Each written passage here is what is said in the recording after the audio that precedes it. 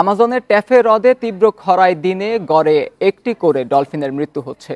হ্রদের পানি দ্রুত শুকিয়ে যাওয়ায় ব্যাহত হচ্ছে নৌযান চলাচল। এতে নানামুখী সমস্যায় পড়ছে স্থানীয় বাসিন্দারা। পানি ছাড়া জীবন অচল বলে মত তাদের। জলবায়ু পরিবর্তনের প্রভাবে অন্যতম ক্ষতিগ্রস্ত হ্রদ আমাজনের ট্যাফে।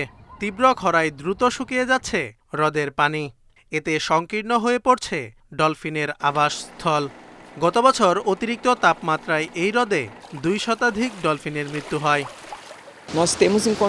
আমরা বেশ কিছু মৃত প্রাণী খুঁজে পেয়েছি।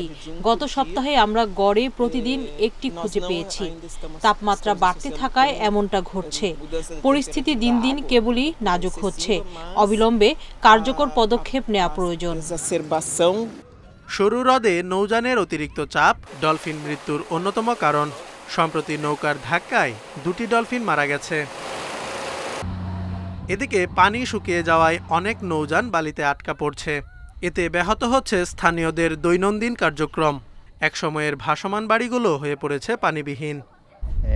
পানি আমাদের জন্য সবকিছু। এটি আমাদের দৈনন্দিন জীবনের অংশ।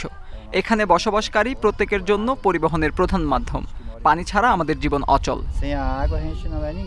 খরা মোকাবিলার পাশাপাশি ট্যাফে হ্রদে পানির প্রবাহ বৃদ্ধিতে প্রয়োজনীয় পদক্ষেপ নিতে কর্তৃপক্ষের প্রতি আহ্বান স্থানীয়দের।